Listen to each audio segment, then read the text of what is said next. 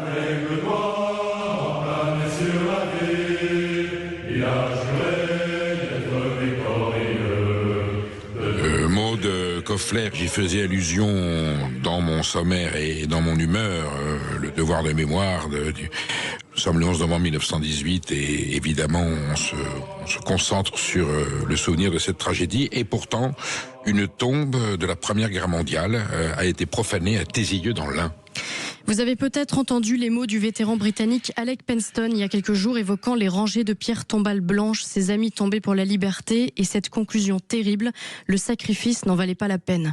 On ne fera pas parler les morts, mais c'est peut-être ce qu'aurait pensé le capitaine Barucan, héros de la Grande Guerre, dont la tombe a été vandalisée juste avant la Toussaint à Tézieux dans l'Ain, vous venez de le dire. Encore une vandalisation, parce que ça commence à devenir une pratique récurrente. Ouais, dans quel état a été retrouvée la tombe? Eh bien, les 5 vases en fonte qui ornaient la tombe ont été arrachés, ainsi que les 7 tronçons de chaînes décoratives et même la plaque commémorative en bronze qui avait été posée en 2018 pour le centenaire de l'armistice. Le capitaine Barucan, 4 fois cité pour fait de bravoure, avait été tué au champ d'honneur en 1917 lors d'un assaut près de Reims. Mais ça, on imagine que les voleurs s'en foutent royalement. La petite nièce du capitaine Barucan, Isabelle Fustier, n'a pu confier à la presse locale que son dégoût devant cet acte dépourvu de sens.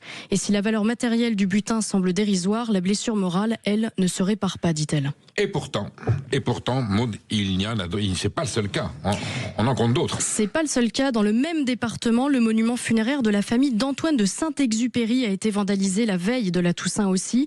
Alors on imagine que ces dégradations sont essentiellement motivées par la revente d'objets décoratifs et naturellement aucun auteur de ces actes de vandalisme n'a pour le moment été identifié. Et je voudrais ajouter que si la France assumait un peu son devoir de mémoire, si l'école enseignait la petite et la grande histoire, notre indignation ne serait pas minoritaire.